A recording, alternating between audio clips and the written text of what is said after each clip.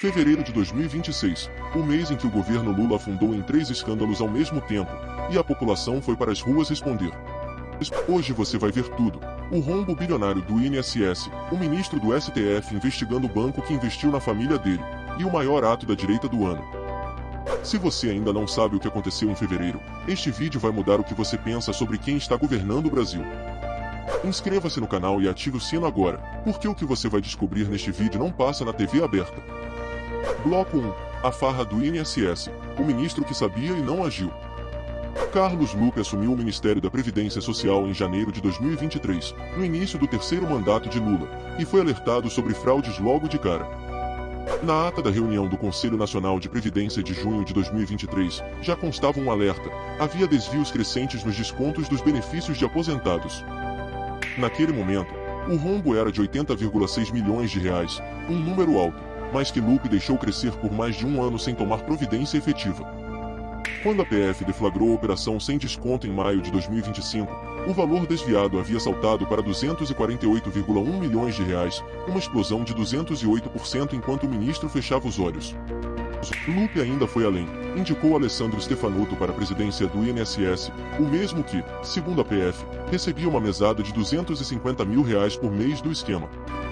Quando o escândalo foi às capas dos jornais, Lupe ainda dizia publicamente que Stefanuto era um servidor exemplar e que a indicação era de inteira responsabilidade dele. Coube ao próprio Lula assinar a demissão de Stefanuto, e depois, em maio de 2025, demitir também Lupe, 9 dias após o início das prisões. Em 27 de fevereiro de 2026, novos delatores confirmaram o que já se suspeitava: André Fidelis e Virgílio de Oliveira Filho citaram Lupe formalmente em delação à PF. Segundo os delatores, Lupe teria atuado para proteger investigados e ignorado alertas repetidos sobre o crescimento das fraudes nos benefícios dos aposentados. Virgílio de Oliveira, por exemplo, acumulou aumento patrimonial de 18,3 milhões de reais, e entre as aquisições apartamento de 5,3 milhões de reais em Curitiba. André Fidelis autorizou sozinho 14 acordos de cooperação técnica com entidades que descontaram 1,6 bilhão de reais de aposentados e pensionistas brasileiros. E o Sindnapi, Sindicato de Aposentados cujo vice-presidente é Frei Chico, irmão do presidente Lula, aparece entre as entidades investigadas no esquema. Em 26 de fevereiro, a CPMI aprovou a quebra de sigilos de Lulinha, filho do presidente, e parlamentares chegaram às vias de fato, com brigas físicas na sessão. O relator da CPMI, deputado Alfredo Gaspar, protocolou requerimento pedindo a quebra dos sigilos bancário e fiscal de Carlos Lupe desde 1º de janeiro de 2023. Lupe nega tudo, mas o padrão está documentado: alertas ignorados, investigados protegidos, dinheiro dos aposentados evaporando na burocracia do PT. Bloco 2. O ministro que investigava o banco que investiu na família dele. O Banco Master, de Daniel Vorcaro, foi alvo da Operação Compliance Zero em novembro de 2025, e Vorcaro foi preso, depois solto com tornozeleira eletrônica. O ministro Dias Toffoli assumiu a relatoria do caso no STF em novembro de 2025, mas o que ninguém sabia era o que estava prestes a vir à tona. Um fundo ligado ao banco de Vorcaro havia comprado participação no Resort Taiaiá, no Paraná, empreendimento do qual Toffoli admitiu ser sócio, pelo valor de aproximadamente 35 milhões de reais. Em 12 de fevereiro, a PF entregou ao presidente do STF, Edson Fachin, um relatório com dados do celular de Vorcaro que mencionavam o nome de Toffoli. O conteúdo dessas mensagens está sob segredo de justiça, mas foi suficiente para uma reunião de 3 horas entre todos os ministros do STF. Resultado da reunião, Toffoli pediu para sair da relatoria, e os outros 10 ministros assinaram nota dizendo que ele não era suspeito e que seus atos eram plenamente válidos. Enquanto era relator, Toffoli havia indicado pessoalmente os peritos da investigação e restringido o acesso da PF às provas do caso, centralizando tudo no seu gabinete. O ministro André Mendonça assumiu o caso por sorteio, e a mudança foi imediata. Em 19 de fevereiro, autorizou a PF a retomar as investigações e fazer diligências. Em 26 de fevereiro, Mendonça foi mais longe e derrubou a blindagem de vez. Dados do COAF passam direto para a PF, sem filtro pelo gabinete do relator. Mendonça também cancelou as senhas dos peritos escolhidos por Toffoli e liberou a PF para distribuir as perícias internamente, com critérios técnicos. Agora a PF analisa cerca de 100 dispositivos eletrônicos apreendidos, celulares, computadores, e quer cruzar os dados com o escândalo do INSS. Os investigadores avaliam se parte do dinheiro desviado dos aposentados pelo esquema do INSS foi canalizada para fundos e operações ligadas ao Banco Master. Se confirmado, os dois maiores escândalos do governo Lula podem ser na verdade um único esquema, com a mesma rede financeira por trás. E onde está Daniel Vorcaro hoje? Respondendo em liberdade com tornozeleira eletrônica, convocado pela CPMI do INSS, mas desobrigado de comparecer por decisão de Mendonça. Guarda esse ponto. Um ministro investigando o banco que investiu na família dele, enquanto seus próprios colegas garantiam que não havia suspeição alguma. Bloco 3. O carnaval que virou tiro no pé, dinheiro público, propaganda e rebaixamento. Em 15 de fevereiro, a Acadêmicos de Niterói estreou no grupo especial do Carnaval do Rio com enredo, Lula, o operário do Brasil.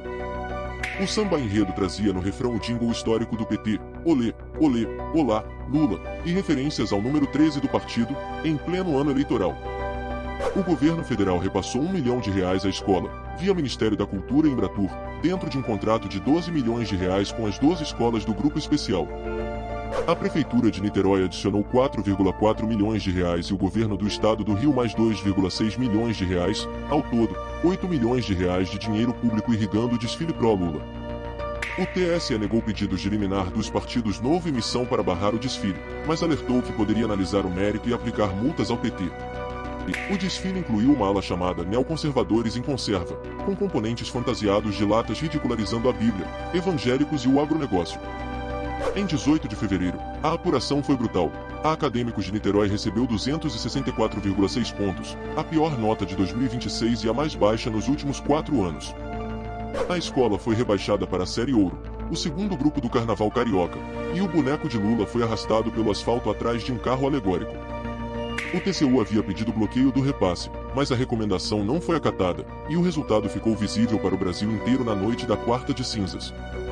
Um deputado evangélico aliado do PT chegou a admitir, com essa homenagem, Lula perdeu parte das conquistas obtidas nos últimos meses junto a famílias conservadoras. Bloco 4. Os números que o governo não quer que você veja. Pesquisa Atlas Intel de fevereiro. Em 25 de fevereiro, a Atlas Intel divulgou pesquisa com 4.986 entrevistados realizada entre os dias 19 e 24 de fevereiro, registrada no TSE sob o número IBR 07602026. O resultado: 51,5% dos brasileiros desaprovam o governo Lula, contra 46,6% que aprovam, a maior diferença negativa desde que a série começou em novembro de 2025. Em janeiro, a desaprovação era de 50,7% e a aprovação de 48,7%. Em um mês, a diferença negativa dobrou de 2 para quase 5 pontos percentuais. No cenário eleitoral de segundo turno, Flávio Bolsonaro atingiu 46,3% contra 46,2% de Lula, um empate técnico que era impensável 3 meses atrás. Em dezembro de 2025, Lula tinha 53% e Flávio 41% no mesmo cenário de segundo turno. Em menos de 70 dias, a diferença de 12 pontos virou empate técnico. Contra Tarcísio de Freitas, Lula ficaria em 45,9% contra 47,1% do governador, numericamente atrás, dentro da margem de erro de um ponto percentual. E 47,5% dos entrevistados disseram que a reeleição de Lula é o resultado que mais os preocupa. O medo da continuidade supera o medo do retorno da direita. Os escândalos do INSS e do Banco Master têm impacto direto nesses números, e o governo parece não ter resposta convincente para o eleitor médio. Bloco 5. O ato que fez o governo tremer. 22.800 na Paulista em 1º de março. No fim de janeiro de 2026, Nicolas Ferreira caminhou 250 quilômetros de Paracatu a Brasília em 6 dias, um ato simbólico que funcionou como pré-aquecimento. Em 12 de fevereiro, logo após a revelação das mensagens de Toffoli e a mudança de relatoria do caso Master, Nicolas convocou o ato da corda, Brasil para 1º de março. O resultado: 22.800 pessoas na Avenida Paulista, calculado pelo Poder 360 com fotos aéreas de alta resolução, e Nicolas no palanque ao lado de Flávio Bolsonaro. Os governadores Romeu Zema de Minas e Ronaldo Caiado de Goiás estavam no palanque, Tarcísio de Freitas estava fora do país e não compareceu. Nicolas foi direto ao ponto, disse que o destino de Alexandre de Moraes não é um impeachment, é a cadeia, e chamou o ministro de pateta e panaca do palanque. O pastor Silas Malafaia citou o contrato do escritório de advocacia da mulher de Moraes com o Banco Master, chamando de corrupção deslavada e pedindo quebra do sigilo dela. Dos Estados Unidos, Eduardo Bolsonaro participou por videochamada nos telões. Ele está fora do país desde fevereiro de 2025 e a PF o afastou do cargo de escrivão. As pautas do ato eram claras: saída de Moraes e Toffoli, anistia aos presos do 8 de janeiro e derrubada do veto de Lula ao projeto da dosimetria das penas. A manifestação foi a primeira aparição de Flávio Bolsonaro em atos de rua desde que foi lançado como pré-candidato à presidência em dezembro de 2025. Bloco 6. O fio que conecta tudo. O padrão do governo Lula em fevereiro de 2026. Olha o padrão do mês. No INSS, um ministro sabia das fraudes e protegia os suspeitos. No STF, um ministro investigava o banco que havia investido na família dele. No carnaval, dinheiro público financiou propaganda eleitoral disfarçada de cultura, e a escola foi rebaixada, mas o TSE ainda não encerrou a análise sobre o PT. Em todos os casos, o padrão é o mesmo: uso do aparato do Estado para proteger aliados, blindar investigações e redirecionar dinheiro público para interesses do grupo no poder.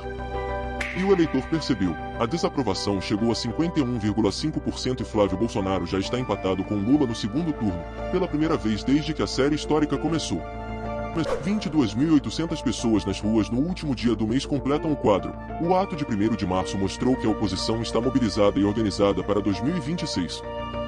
Mas existe um ponto que ninguém está falando e que pode mudar tudo: a possível conexão entre o esquema do INSS e o Banco Master. Se a PF confirmar que as mesmas estruturas financeiras operavam nos dois esquemas, o Brasil pode estar diante de um único esquema com ramificações em 3 poderes: INSS, Banco Master e STF, 3 nomes, mas os investigadores da PF estão olhando para as mesmas rotas de dinheiro, os mesmos fundos, os mesmos intermediários. Isso não é teoria, é o que a própria PF protocolou no STF, pedindo autorização de Mendonça para cruzar os dados das 2 investigações. Março começa com os dados abertos, as investigações avançando e a oposição nas ruas. Fevereiro foi o mês em que as peças do quebra-cabeça começaram a se encaixar. E o governo, que entrou em fevereiro com 48,7% de aprovação, saiu do mês com 46,6%, e com o filho do presidente tendo os sigilos bancários quebrados por decisão judicial. Esse canal vai continuar monitorando cada desdobramento, porque o Brasil merece saber o que está acontecendo antes que seja tarde demais para escolher o rumo certo. Agora me diz nos comentários: depois de tudo que você viu hoje, você acredita que fevereiro foi o ponto de virada de 2026, ou o governo ainda consegue se recuperar?